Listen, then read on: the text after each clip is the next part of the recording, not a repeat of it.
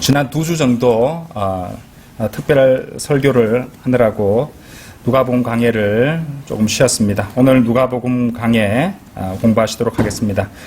누가복음 강해 오늘 다 같이 보실 말씀은 누가복음 23장 44절부터 49절까지 말씀입니다. 누가복음 23장 44절에서 49절까지 제가 받들겠습니다. 이후에 제6시쯤 되자 온 땅을 덮는 한 어둠이 제9시까지 있었더라. 그리고 해가 어두워졌으며 성전 휘장이 한가운데로 찢어졌더라. 그러자 예수님께서 큰 목소리로 소리치신 후에 그분께서 말씀하시기를 아버지여 당신의 두 손 안에 제가 저의 영을 위탁하나이다 하셨나니라. 그리고 그와 같이 하시고 나서 그분께서 숨을 거두셨더라. 이때 백부장이 벌어진 일을 목격하자 그는 하나님께 영광을 돌리며 말하기를 이분은 틀림없이 의로운 사람이셨도다 하였더라. 그리고 그 광경을 보려고 함께 온 모든 백성이 벌어진 일들을 보면서 그들의 가슴을 치며 되돌아갔더라. 또한 그분의 지인 모두와 갈릴리에서부터 그분을 따랐던 여자들이 이런 일들을 보면서 멀리 떨어져 서 있었더라. 오늘 드릴 말씀 제목은요. 새 유언의 언약하에서 개종한 최초의 이방인. 새 유언의 언약하에서 개종한 최초의 이방인이라는 그런 제목으로 말씀을 드리겠습니다. 44절부터 보도록 하겠습니다. 이후에 제6시쯤 되자 온 땅을 덮는 한 어둠이 제9시까지 있었더라. 이렇게 되어 있습니다. 44절에 나오는 시간은 제6시라고 되어 있는데 이제 이 제6시, 제9시 이런 것들을 이해하시려면 그 유대인의 그 날짜 체계를 이해하실 필요가 있습니다. 먼저 간단히 설명을 드리자면요. 유대인의 이 날짜 체계는 우리와 좀 다릅니다. 우리 이방인은 밤이죠. 밤. 자정 12시를 전후로 해서 하루가 끝이 나고 그 다음 날이 시작되는 방식입니다. 그런데 이걸 생각해 보면은요. 우리가 잠들어 있을 때 하루를 보통 이제 12시 전에 잠자리에 드니까요. 잠든 상태로 하루를 마감하고 잠든 상태로 그 다음 날을 맞이하는 체계입니다. 그렇죠? 근데 이제 유대인의 그 날짜 체계는 다릅니다. 이 저녁 6시경에 다음 날로 바뀌는 것입니다. 좀 더 의미가 있죠, 유대인들. 우리는 이제 이방인들 체계는 우리는 늘 거기에 젖어서 살고 있었지만은 따지고 보면 하루의 끝과 그 다음 날의 시작을 침대에서 또는 잠자리에서 잠든 채로 이렇게 맞이하고 또 끝내고 있었다는 것입니다. 그래서 유대인의 날짜는 저녁 6시에 바뀌는 것이고요. 또 이제 그 시간을 갖다가 이제 낮도 12시간이고 유대인의 날짜 체계에서 밤도 12시간인데 이제 유대인의 낮의 경우에는 시작이 오전 6시가 됩니다. 오전 6시부터 시작해서 제1시, 제2시, 제3시 이런 식으로 가는 것이에요. 그러니까 이제 제1시라면요. 오전 7시가 제1시가 되는 겁니다. 그러니까 여기 나오는 오전 이제 그 6시부터 제6시라고 하면은 이제 정오가 되는 것이죠. 정오. 오전 6시에서 6시간을 더 간 것이니까요.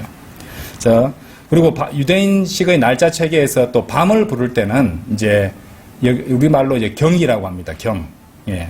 경. 들어보셨죠? 영어로는 watch라고 하는데요. 여기에 대해서는 제가 옛날에 설명을 한번 드렸습니다. 이 유대인식의 이제 밤을 갖다가 나누는 그 방식이 구약과 이제 신약이 이렇게 보시면 좀 다릅니다.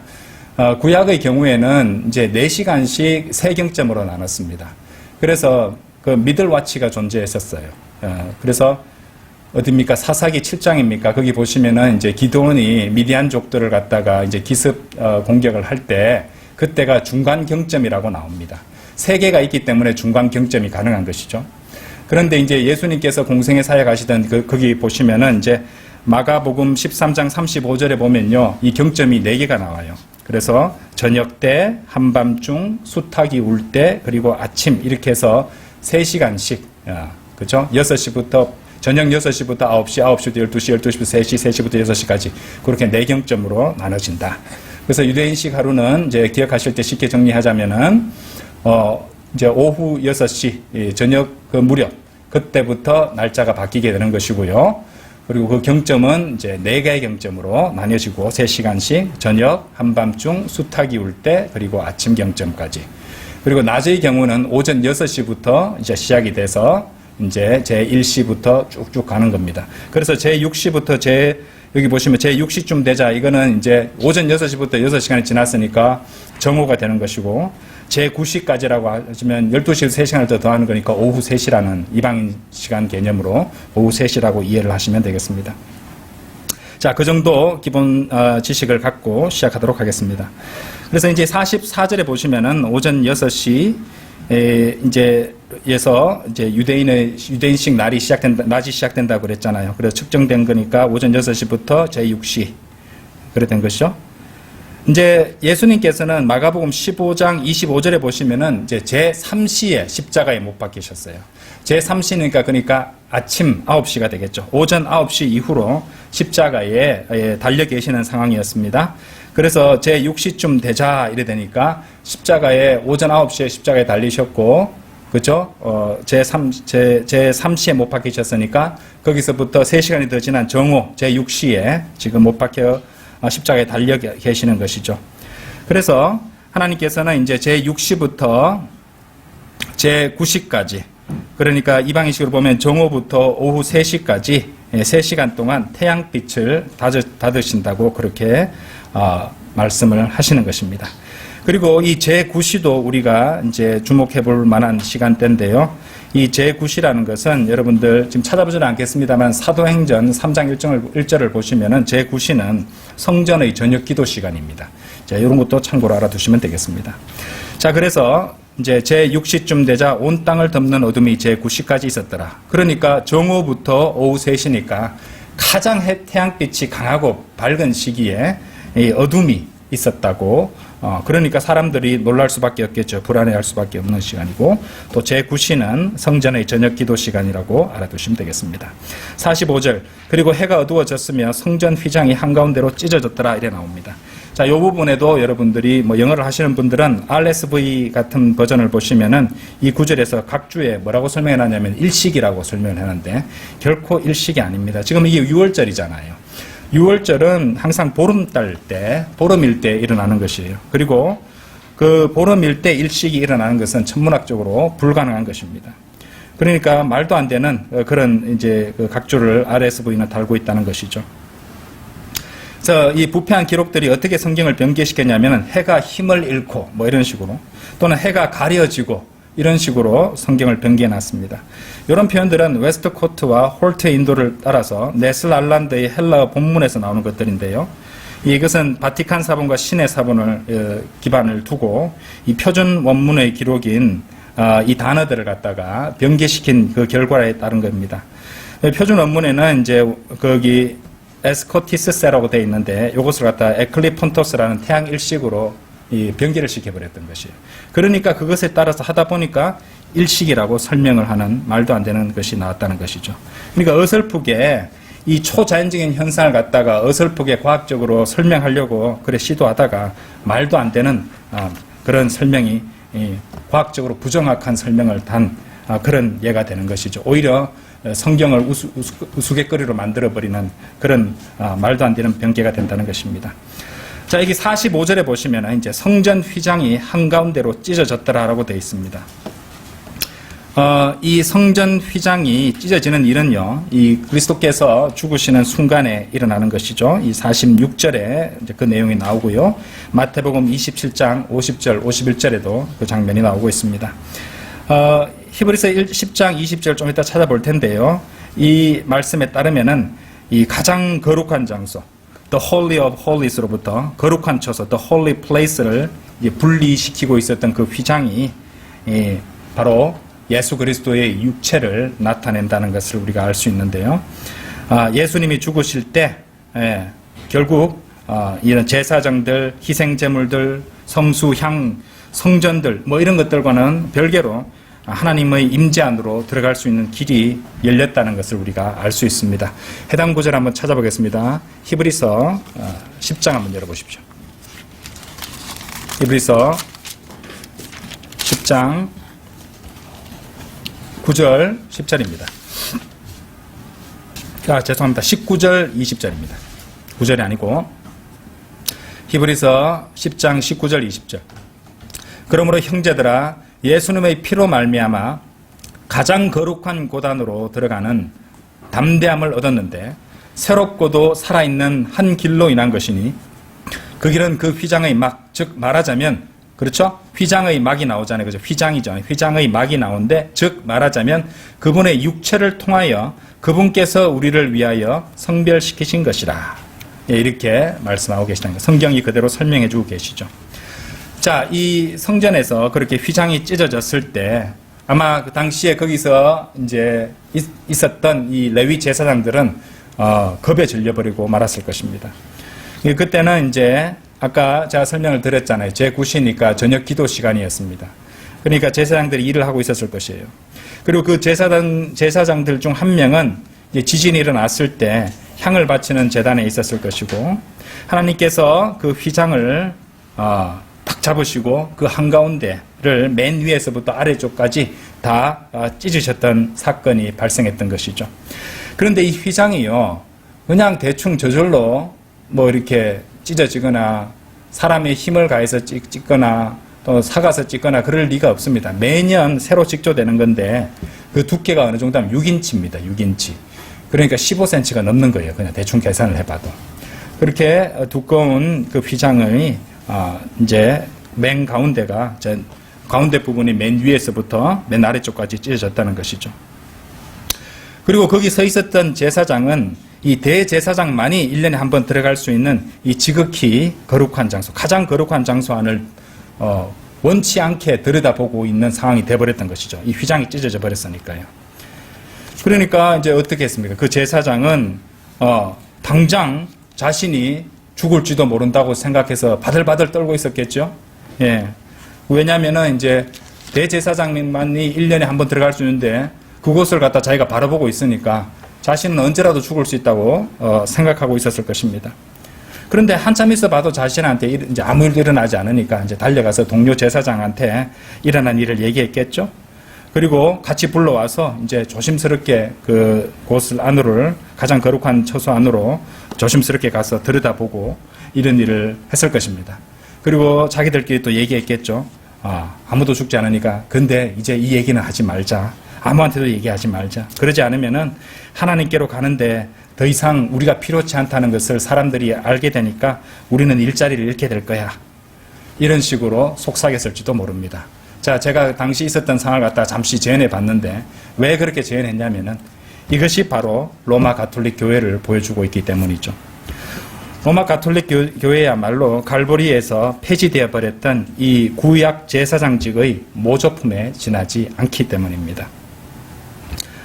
그리고 로마 가톨릭이야말로 예수님께서 죽으시면서 제거하신 하나님과 우리와의 이 벽을, 제거하신 벽을 다시 세우기 위해서 만들어진 구약의 제사장직의 모조품이기 때문이죠. 관련 구절들 몇 구절 보시겠습니다. 자, 먼저 골로새서 2장입니다.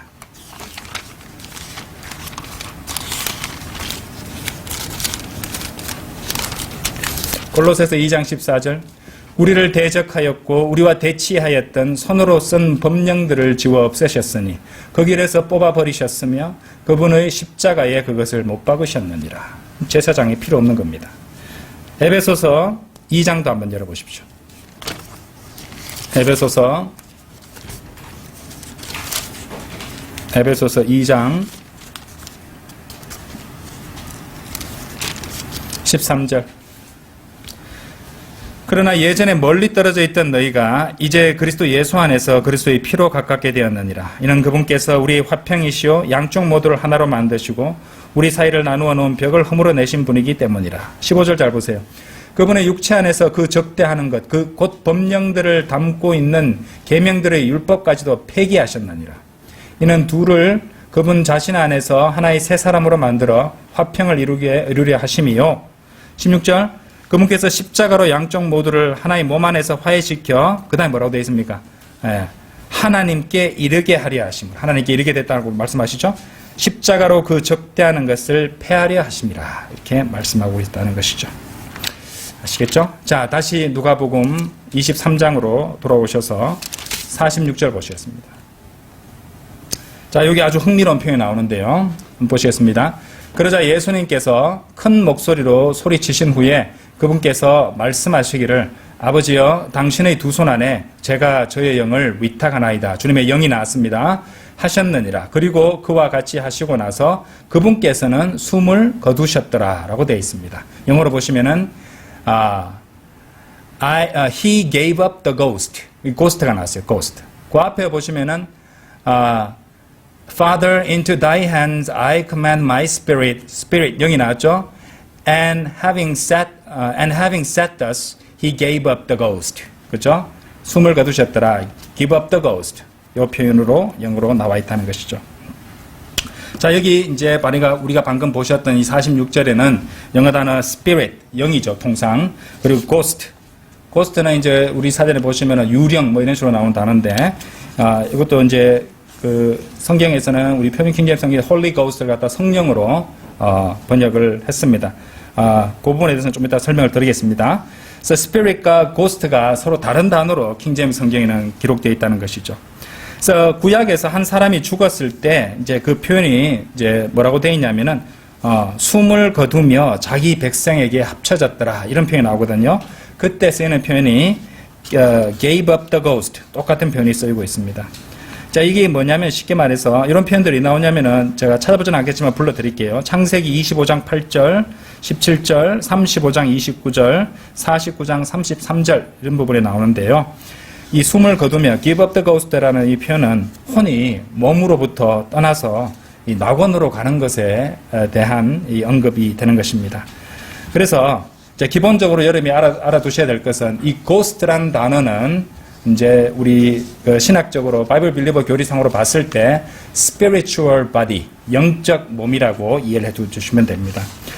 근데 이제 이 spiritual body라고 하면은 이제 혼을 언급할 때 우리도 설명을 제가 많이 드렸는데, 또 혼이라고도 적을 수는 없는 것이 이제 그것도 좀 이따 설명을 드리겠지만은, 이 표준 원문에는 그 혼이라는 그런 단어로 되어 있지 않기 때문에 그렇게 되어 있다는 겁니다.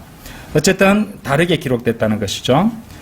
그래서 어쨌든 이 고스트라는 것은 이제 사람이 죽을 때, 그렇죠. 특히 35장 18절에 보면은 이제 라헬이 죽는 장면이 나오는데 그때 혼이 떠나려고 할 때 이런 표현이 나오거든요.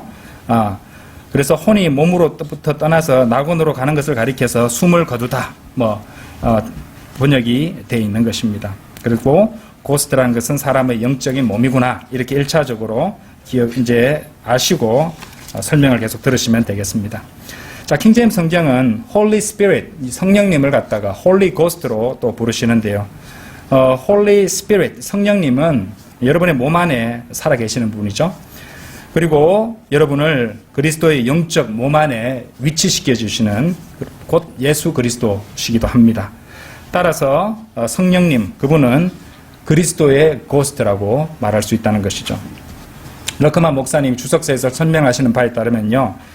그러니까 다른 언어들로는 이것을 어떻게 나타낼 방법이 없다고 합니다. 오직 영어만 가능하다는 거죠. 그러니까 스페인어, 발레라 성경이라든지 우리말 이제 표준 킹제임스 성경 이런 성경으로는 그러니까 우리 언어로는 그것을 나타내기가 힘들다는 것을 충분히 자신도 이해하고 오직 최종 이제 권위가 되는 이 영어 킹제임스 성경은 그 부분을 다르게 그렇게 할 수 있다. 이렇게 설명을 하고 계십니다. 자, 그래서 영어에서 이제 ghost는 죽은 사람의 영적인 몸을 가리키는 것이고 예수 그리스도는 몸을 입고 오셔서 십자가에서 그 몸이 죽으셨잖아요. 그렇기 때문에 예수 그리스도의 이제 영이신 홀리 스피릿을 갖다가 홀리 고스트로 부르는 것은 아무런 문제도 없고 타당하다고 완벽하게 괜찮은 일이라고 그렇게 주석을 하고 계십니다. 우리말에 이제 그 홀리 고스트를 갖다 다르게 표현할 단어가 없기 때문에 그렇죠? 이것을 갖다 설명드릴 때 조금 어렵게 생각하실 수도 있습니다. 다시 간단히 설명드리자면요. 주님께서는 우리를 위해서 죽으셨죠.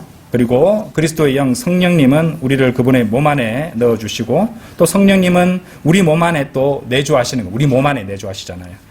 그리고 영어로 ghost는 죽은 사람의 영적인 몸을 의미하기 때문에 그런 의미에서 Holy Ghost는 Holy Spirit 대신에 쓸 수 있다는 것입니다. 물론 혼을 영적인 몸이라고도 설명할 수 있지만 이 킹제임스 번역자들은 원문에 아까 말씀드렸지만 이 표준 원문에 보면은 그 부분에 대해서 혼을 나타내는 이 프시케라는 단어가 없었기 때문에 그것을 혼으로 번역을 하지 않으시고 홀리 고스트로 그렇게 번역을 하셨다고 그렇게 설명이 되어 있습니다. 그래서 우리말에도 이제 성경적인 의미의 spiritual body의 뜻을 가진 단어가 혼을 제외하고는 없기 때문에 이제 그것을 구분하기 위해서 따로게 단어를 하지 않고 Holy Spirit을 Holy Ghost 다 성령님으로 번역을 하는데 다만 이제 관사가 붙는 것 뭐 이런 것들에 대해서 차이에 따라서 글자체를 이제 바꾸는 것으로 해서 여러분들 성경을 다 찾아보시면은 이 글자체 진하게 하거나 또 글자체를 바꾸거나 이런 식으로 해서 다 구분을 해놨습니다. 부록을 참조하시면은 그 설명이 잘 나와 있으니까 한번 읽어보시면은 될 것입니다. 이제 한글에 없는 단어이기 때문에 우리는 이제 이 부분에 영어 단어의 이제 이 뜻을 기억함으로써 그 안에 담겨진 풍성한 진리를 찾을 수 있기 때문에 제가 이 부분을 또 설명을 드린다는 것이죠. 홀리 고스트는요. 그래서 저도 이제 이거 설명해 드려야 되니까 나름대로 좀 찾아보고 또 다른 자료도 보고 많이 공부를 좀 해봤는데 이 홀리 고스트는 여러분 아십니까? 신약에만 나옵니다. 신약에만 나오는 단어고요. 그리고 제일 처음에 나오는 것이 마태복음 1장 18절입니다. 그녀가 성령님에 의하여 아이를 가진 것이 발견되었더라. 여기에서 처음 이 홀리 고스트라는 단어가 나오고 있습니다. 그것은 이제 성령님으로 진하게 해서 표준 킹제임스 성경에 되어 있습니다. 그러니까 성육신하신 하나님, 인간의 몸을 입고 오신 하나님. 그러니까 디모데전서 3장 16절 말씀대로 육체 안에서 이 명백하게 나타나신 하나님과 연관해서 쓰이는 단어라고 저는 봅니다. 그러니까 일단은 예수님께서 몸을 입고 오셨고 죽으셨기 때문에 홀리 고스트라는 단어가 쓸 수 있다는 그런 것이죠. 그래서 고스트의 의미가 spiritual body라고 했으니까 우리를 위해 십자가에서 그 몸이 죽으신 예수 그리스도의 영이야말로 그리스도의 고스트라고 할 수 있다 이 말입니다. 그리고 그런 이유 때문에 이제 성육신과 더불어서 이 홀리 고스트라는 단어가 사용되기 시작했다고 저는 생각합니다. 또 믿는 자 안에 거하는 예수 그리스도를 또한 용례를 보시면 홀리 고스트로 킹제임스 성경은 표현하고 있거든요. 그리고 고스트는 spiritual body를 가리킨다고 아까 설명을 드렸잖아요. 영적 몸을 가리킨다는 것을. 그러니까 우리 안에 주님을 모시고 산다는 것이 주님의 영이 몸의 형태로 우리 안을 가득 채워주시는 것이라고도 생각할 수 있을 겁니다. 몸, 혼, 영에 대해서 보통 비유할 때 축구공을 얘기하잖아요. 그죠? 가죽이 이제 이 몸이라면은 그 안에 고무 튜브가 혼이고, 그 안에 공기가 가득 채워서 그 공의 형태를 갖다가 가득 부풀어 올라서 이제 유지시키잖아요. 그러니까 혼 안에 영이 들어가서 채우는 겁니다. 그죠? 몸의 형태로 채워주는 거, 영이. 그런 식으로 이해를 하시면은 홀리 고스트가 정확히 이해되실 것입니다. 그래서 우리가 우리 안에 이제 성령님이 내주하신 성전이 되었다. 그러면 우리의 혼이 있잖아요. 근데 우리 혼 안에 성령님께서 가득 채워주시면은, 그러니까 우리 몸의 형태로 성령님께서 이제 거주하신다면은 우리의 손가락 까딱하는 것까지도 성령님의 인도를 받아서 한다면은 가장 주님께서 원하시는 그런 삶을 사는 것이 아닌가 한번 생각을 해봤습니다. 우리가 우리의 몸으로 행하는 모든 것에서 주님의 인도하심대로, 성령님의 인도하심대로, 홀리 고스트의 인도하심대로 순종하여 행해야 된다는 진리도 담겨 있다고 봅니다. 영은 바람이고 무형이고 볼 수도 없지만 그 영이 우리 안에 내주하시고 우리의 영과 한 영이 되시면 우리 안에 몸의 형태로 거하시는 것이다. 이렇게 홀리 고스트를 설명할 수 있겠습니다. 자, 좀 전에도 설명했듯이 이제 누가복음 23장 46절에서 킹제임스 성경 번역자들은 이 soul, 혼이라는 단어를 쓸 수가 없었는데 아까도 말씀드렸지만 본문에 프시케라는 헬라어 단어가 없었기 때문이죠. 그래서 혼이라는 단어가 어떤 필사본에 나와 있지 않았기 때문에 그 혼이라는 단어를 쓰지 않았고 홀리 고스트를 썼다는 것입니다. 그래서 르크만 박사님은 이 부분에 대해서 이제 주석을 다실 때 그리스도의 인간 영은 하나님께로 되돌아갔지만 그분의 혼은 아래로 내려가셨고, 그래서 킹제임스 성경 번역자들은 이 동적 일치 번역을 제시해서 그리스도의 혼에 일어난 일과 지하 낙원으로 내려가셨잖아요, 그렇죠? 거기서 복음을 전파하고, 그렇죠? 예. 또 거기 있는 이제 지하 낙원에 있던 그 성도들을 데리고 이제 하늘로 올라가시잖아요. 이런 것들은 나중에 다시 설명할 기회가 있을 겁니다. 그리고 그래서 그리스도의 혼이 그렇게 하셨던 일, 혼에게 일어났던 일과 그분의 영에 일어났던 일 사이를 구분하기 위해서 그렇게 여기 영과 홀리 고스트라는 스피릿과 홀리 고스트라는 단어가, 그러니까 고스트라는 단어가 다르게 사용되어 기록되었다, 이렇게 설명을 하고 있습니다. 아까도 말씀드렸지만 그 고스트를 갖다가 우리말에 1:1로 대응시킬 단어가 없기 때문에 이 부분은 이제 영어를 가지고 제가 설명을 드렸던 것입니다. 자, 다시 누가복음 23장으로 돌아가셔서 이제 47절 보십시오. 이 47절 말씀이 오늘 그 누가복음 강의 제목에 해당하는 주요 부분인데요. 제가 다시 읽어보겠습니다. 이때 백부장이 벌어진 일을 목격하자 그는 하나님께 영광을 돌리며 말하기를 이분은 틀림없이 의로운 사람이셨도다 하였더라. 그렇죠? 이 47절에 바로 이 백부장이 목격자 증언을 하고 있습니다. 예수 그리스도의 죄 없는 성품에 대한 또 다른 목격자 증언이 된다고 저번에 한번 설명을 드린 적이 있습니다. 그리고 이것을 통해서 우리가 알 수 있는 것은 이 백부장이 새 유언의 언약하에서 회심하여 개종한 최초의 이방인이라고도 볼 수 있다는 것이죠. 새 유언의 언약에 대해서는 히브리서 9장 16절 17절에 나오는데 한번 나중에 찾아보시기 바랍니다. 자, 어쨌든 우리가 배울 수 있는 점은 우리가 예수님께서는 이제 그분이 십자가에서 죽으시기 바로 전에 같이 십자가에 못 박혔던 한 유대인 도적을 구원받게 하셨죠. 그리고 예수님께서는 또 죽으신 뒤에도 곧바로 로마의 한 백부장을 구원받게 하셨다는 것입니다.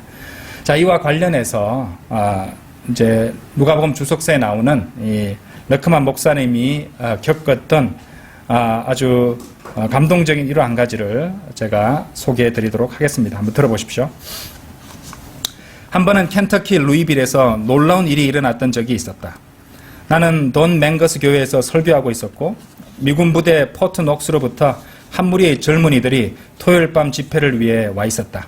그날 밤 아칸사주 출신의 키 큰 젊은이가 구원을 받았는데 그것은 그에게 참으로 강력한 충격이 되었다. 예배를 마치고 우리는 자정부터 새벽 2시까지 하키 경기를 했고 그 젊은 군인도 우리와 함께 있었다.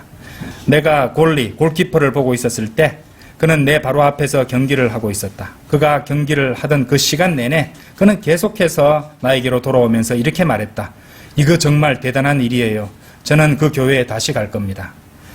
나는 그에게 계속 그런 자세를 견지하라고 격려해 주려고 노력했고 경기들 사이에 주님에 대해서도 조금씩 더 이야기를 나누었다. 경기가 끝이 나자 우리는 서로 각자의 길을 떠났다. 그리고 그는 다른 군인들과 함께 차를 타고 부대로 향했다. 30분이 지나지 않아서 그 새로운 회심자는 죽었다. 길에 차 한 대가 고장나서 세워져 있었고 그 군인들은 사람들을 돕기 위해서 그들이 타고 있던 차에서 내렸던 것이다. 그때 한 술에 취한 10대가 시속 90마일 속도로 차를 타고 언덕을 내려오고 있었던 것이다. 그 구원받은 젊은 청년은 자신의 동료들 2명을 길 밖으로 밀어내며 그들의 목숨은 구했지만 자신은 그만 그 차에 부딪혀 죽고 말았던 것이다. 소방대원들이 현장을 정리하러 왔고 모든 정리가 끝이 났을 때 한 구원받지 않은 소방대원이 자기 동료에게 이야기를 하고 있었다. 그는 마침 우연히 맹거스 교회에 갔다가 그 젊은이가 그날 밤 집회에서 구원받았다는 것을 알고 있던 터였다. 그 구원받지 않은 소방대원이 말했다. 이거 정말 놀랍지 않아? 그 젊은이는 정말 훌륭한 녀석이었어. 그렇지 않아? 그의 구원받은 동료가 대답했다. 물론이지. 죽기 전에 그가 어디 있었는지 알아? 그는 교회에 있었어. 그 구원받지 못한 소방대원은 적잖이 실망하며 말했다. 토요일 밤에 교회에? 이런, 왜 하나님은 그런 사람을 죽게 하실까? 그 17살짜리들은 밖에서 술이 취하도록 내버려 두시면서 말이야. 그것은 구원받은 소방대원으로 하여금 그에게 복음을 증거할 기회를 마련해 주었다. 그리고 그는 그를 그리스도께로 인도했다. 그러나 그것이 전부가 아니었다. 그 젊은이의 시체가 실려간 그 병원의 간호사도 그날 구원을 받았고 영안실 직원 2명도 구원을 받았으며 그 군부대의 군인들 몇 명도 그날 구원을 받았다. 나는 그렇게 한 젊은이의 용기와 간증으로 인해서 그리스도를 신뢰하게 된 사람들이 다 해서 8명이었다고 생각한다. 그것은 참으로 놀라운 이야기라서 그 일은 루이빌 신문의 제1면을 장식했다. 그 젊은이는 그가 죽은 후에 혼들을 그리스도께로 인도하고 있었다. 그리고 내 장담하건대 그가 하늘에 이르렀을 때 그는 구령자의 왕관을 받았을 것이다. 여러분 어떻게 생각하십니까? 예수님처럼 이렇게 한 구원받은 젊은이가 한번 생각해 보세요. 그거 굉장히 허무한 일이잖아요. 그렇죠? 뭐 이렇게 선하게 살아왔고 또 복음도 들어서 구원을 받았고 마지막 순간까지 사람들을 구하려고 노력하고 있었고 그런데 이 젊은이는 어쨌든 간에 교통사고로 그날 하나님께서 죽게 하셨던 것입니다. 인간적인 생각으로는 참으로 이해가 안 되는 부분일 수도 있습니다. 그런데 하나님께서 그분의 사람들을 쓰셔서 혼들을 구원하는 방식이 참으로 놀랍기 그지없다는 것이죠. 그러니까 그 청년이야말로 그리스도께서 이 백부장을 그날 구원받게 하신 것처럼 자신의 죽음으로 적어도 8사람을 구원했던 것입니다. 자, 이 젊은이는 죽었잖아요. 근데 살아있는 우리들이 한번 생각해보고 깊이 새기고 있어야 할 그런 교훈이라고 생각을 합니다. 예, 다시 누가복음 돌아오셔서 이 48절 보십시오. 그리고 그 광경을 보려고 함께 온 모든 백성이 벌어진 일들을 보면서 그들의 가슴을 치며 되돌아갔더라. 이제 그들이 뭔가 잘못했다는 것을 깨닫게 되었습니다. 하지만 너무 늦어버렸죠? 물론 주님께서는 그들을 위해서 그들이 용서받도록 34절에서 이미 기도를 해주셨습니다. 그 기도가 응답받았다는 거 아십니까? 왜냐하면 사도행전에서 그들은 2번째로 기회를 받았기 때문이죠. 물론 그들은 그 2번째 기회마저 차버렸지만 말입니다. 하지만 아무리 그렇게 기회를 주고 용서받도록 주님께서 기도해 주셨다 할지라도 그 민족이 이 피 흘린 죄에 관한 한 그러니까 자 마태복음 이 민족이 지은 죄를 한번 보십시오. 마태복음 27장 열어보십시오. 이 유대 민족이 27장 25절 한번 열어보세요.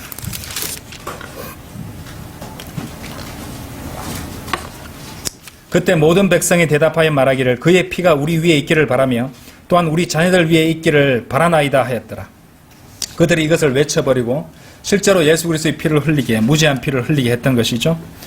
이 문제, 이 피 흘린 죄에 관한 한 유혈의 죄에 관한 한 너무 늦어버렸던 것입니다. 우리가 여기서 알 수 있는 위대한 진리가 여기 있습니다. 그리고 교훈이기도 합니다. 여러분은 구원을 받고 또 여러분의 죄가 용서되고 그래서 훗날 영광을 위해 영광을 향해서 갈 수 있게 되었다 할지라도 여전히 여러분이 구원받기 전에 저질렀던 죄들에 대한 대가는 거두게 된다는 사실입니다. 그렇죠? 예. 일화 2가지를 소개하겠습니다. 러크만 목사님 그 펜사콜라 신학원에 들어왔던 한 젊은이가 있었다고 합니다. 근데 이 젊은이는 다리 한쪽을 잃어서 목발을 짚고 돌아다니만 했는데 이제 그 사연을 들어보니까 구원받기 전에 술에 취해가지고 기차 선로 위에서 잠이 들었답니다. 근데 정신을 차려보니까 자신에게는 다리 한쪽만 남아있었다는 것이죠.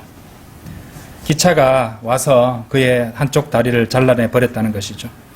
이 젊은이는 이후에 구원을 받았고 주님을 사랑하고 또 주님을 잘 섬기며 살았지만 구원받기 전에 그 하룻밤의 술 취함과 또 그 실수 때문에 나머지 인생 전체 동안에 그 영향을 받아야 했다는 것입니다. 이런 일은 실제로 일어나는 일입니다. 또 다른 일화도 하나 소개해 드리겠습니다. 한 번은 몇몇 젊은이들이 이 하룻밤의 죄와 못된 짓거리들을 위해서 이제 국경을 넘어서 멕시코의 티후아나로 가려하고 있었다고 합니다. 제가 이 티후아나에 가본 적이 있습니다. 이걸 이제 그 교사 연수에서 낮 시간입니다. 이 밤에 그쪽에 간다는 것은 술 마시고 유흥하고 매춘, 마약 이런 거 하러 가는 것이 돼버리기 때문에 그때 무슨 이 프로그램 코스로 이제 그 샌디에고에서 가까운 이제 바닷가로 금방 한 2시간 정도 해서 이 멕시코 국경을 넘어서 바닷가를 보고 돌아오는 그 코스였어요.